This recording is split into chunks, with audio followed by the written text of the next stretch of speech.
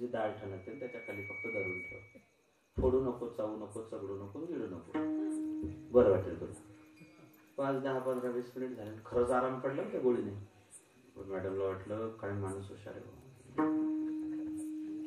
खरंच खूप चांगलं त्या ठिकाणी ट्रीटमेंट दिली. मला इतकं I am proud of you की तुमच्यामुळे माझा एकदा पूर्ण चित्रपट झाला. शेवटी बाजी पडले, तोफांचे आवाज झाले. तिकडे महाराज पोहोचले विशालगडावरती. चित्रपट आटोपला.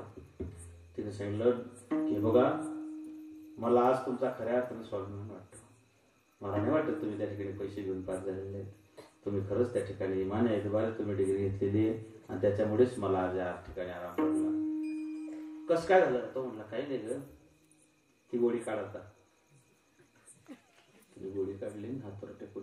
ती गोळी नव्हती, डॉक्टरच्या शर्टाचं तुटलेलं बटन होतं.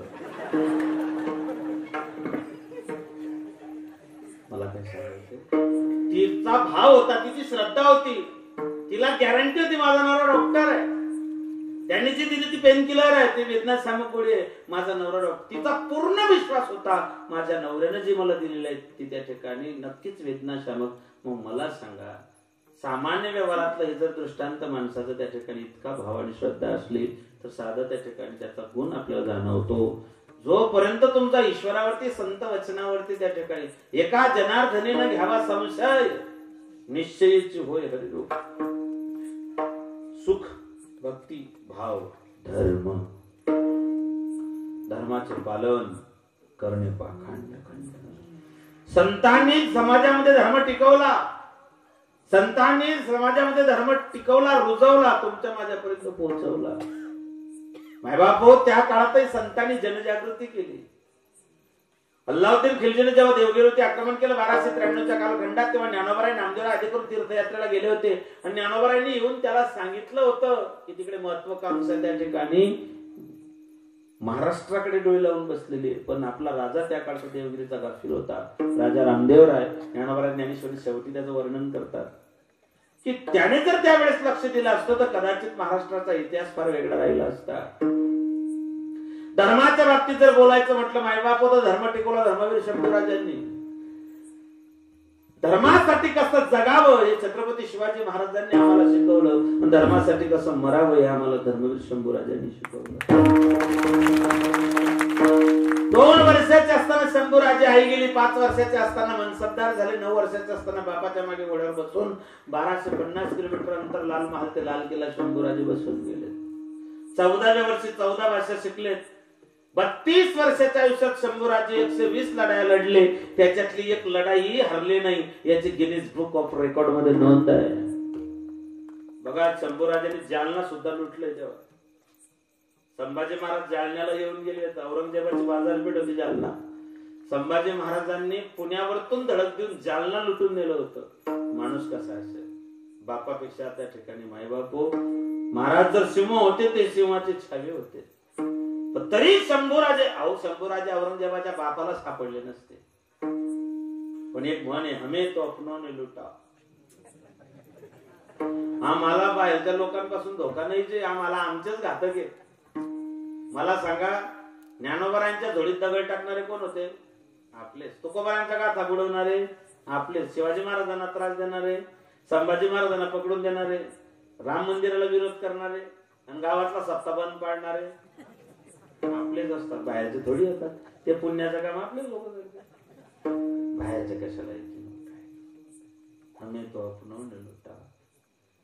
औरंगजेबाला संभाजी महाराजांना औरंगजेबाच्या समोर उभं केलं आळंदीच्या जवळ आणि त्याने लालूच दाखवली होती. अरे बच्चे जैसा है तू मुझको कहना मान मेरा, कहना मान मेरा. मेरी बात मान ले संभाजी. पत्थर पूजा करने वाला धर्म छोड़ तेरा, धर्म छोड़ तेरा. माझा ऐक, दगडाची पूजा करणार तुझा धर्म सोड. शंभूराजांनी सांगितलं अजिबात नाही औरंगजेब. थोडा पोरे कैद झाला वीर धर्म भास्कर करा झुंजार. संभाजी छावा शिवाजीचा, संभाजी छावा शिवाजीचा,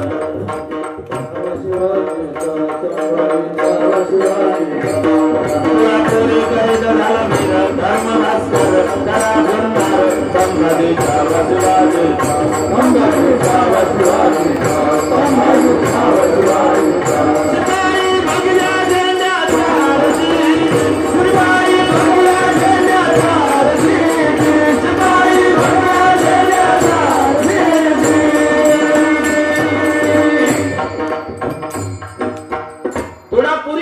झाला वीर धर्म भास्कर खरा जोरदार संभाजी छावा शिवाजी. या महाराष्ट्राच्या मातीचा तो गुणधर्म आहे. शूर आम्ही सरदार आम्हाला काय कुणाची भीती. देव देशाने धर्मासाठी प्राण घेतले हाती. या लोकांनी आपल्या प्राणांची आहुती दिली. देशावरती 5 आक्रमण झाले. तसे तर भरपूर आक्रमण झाले पण स्वातंत्र्यानंतर 5, 48, 62, 65, 71 आणि 99. बाकीचे तर काही आठवत नाही पण 99चं युद्ध आमच्या डोळ्यासमोर झालं. पाहिलं आपण त्या ठिकाणी. बऱ्याच लोकांनी कारगिलचं युद्ध पाहिलं. त्याच्यात अनेक तरुण मुलं गेले. के नचिकेत, कॅप्टन सौरभ कालिया, कॅप्टन अजय आहूजा आणि एक नाव आहे कॅप्टन विक्रम बत्रा. 23 वर्षाचं पोरग कोळ. 6 महिन्याची सुट्टी मिळाली. घरी आला. महिना पोरगी पाहिली. लग्नाची सगळी त्या ठिकाणी तयारी केली. आता लग्नाचा साखरपुडा करायचा आहे. तितक्यात वरतून मेसेज आला की भारत पाकिस्तानची लढाई पाकड्यांनी घुसखोर केलेली आहे. मेसेज आला तुमची सुट्टी कॅन्सल झाली. युनिफॉर्म चढवला.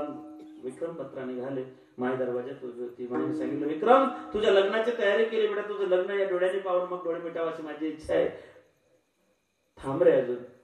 विक्रम बत्राने सांगितलं माय या जन्मामध्ये भारत मातेची सेवा करतो.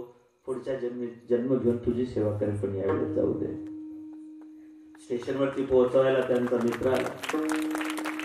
मित्रांनी सांगितलं विक्रम मैंने सुना हिंदुस्तान पाकिस्तान की लड़ाई होने वाली तो भैया तुम्हारे घर वाले और मैं तुम्हारी राहत ताकते रहेंगे. लौट कर जरूर आना भाई. कॅप्टन विक्रम बत्रा यांनी उत्तर दिलं होतं लौट कर जरूर आऊंगा दोस्त. या तो तिरंगा लहरा के आऊंगा या तो तिरंगे में लपेट के आऊंगा मगर आऊंगा जरूर. मैंने मेरे मां से और मेरे मातृभूमि से कमिटमेंट की है. मैंने वादा किया है. मेरी मां मुझे हमेशा कहती थी माई मेरी क्या फिक्र तुझे क्यों आकाश दरिया बहता है. तू कहती थी मेरा चांद है और चांद हमेशा रहता है. माई मेरी क्या फिक्र तुझे क्यों आकाश दरिया बहता है. तू कहती थी मेरा चांद है और चांद हमेशा रहता. तेरी मिट्टी में मिल जा गुल बन के मैं खिल जाऊं. इतनी सी है दिल की आरज़ू. तेरे नदियों में बह जाऊं. इतनी सी है दिल की आरज़ू. मैंने मेरे मां से और मेरे मातृभूमि से वादा किया है. अपनी स्वर्ण में लंका में लक्ष्मण रोचते जननी जन्मभूमी स्वर्गादपि गरीयसे. माय आणि मातृभूमी स्वर्गापेक्षा श्रेष्ठ असते. म्हणून बघा सैनिक कशाला म्हणतात. रशियासारखं बलाढ्य राष्ट्र आहे पण मायभूमीचं रक्षण करण्याकरता युक्रेन तसं आपल्या विरोधात राष्ट्र आहे. ज्या वेळेस पाकिस्तानचा विषय आला त्या वेळेस युक्रेनने पाकिस्तानची साथ दिलेली आहे. जरी काही असलं तरी त्या लोकांबद्दल आपल्या संवेदना आपल्या असायला पाहिजेत. मला सांगा जर देशाचं नेतृत्व कणखर नसतं तर युक्रेन मधून आपले लेकर परत आलेच नसते. मंत्री जाऊन बसले मंत्री काही असो लेकर या देशात त्या ठिकाणी परत येत आहे माय बाप हो. म्हणून देशाचं नेतृत्व कणखर पाहिजे आणि देश धर्माला माझ्या तरुण बांधवांची त्या ठिकाणी फार मोठी गरज आहे. तुमच्यावरती या देशाचं भवितव्य अवलंबून आहे. म्हणून लेकरांना संस्कार संस्कृती आणि संपत्ती या 3 गोष्टी जीवनात पण संस्काराला प्राधान्य द्या जेणेकरून तुमच्या लेकरांचा चंदनासारखा सुगंध त्या ठिकाणी दरवळे. तुका म्हणे गुण चंदनाचे अंगी तैसे तुम्ही जगे संत जन अवतार तुम्हा धराया कारण उद्धराया जन जड जीवा. ज्ञानेश्वर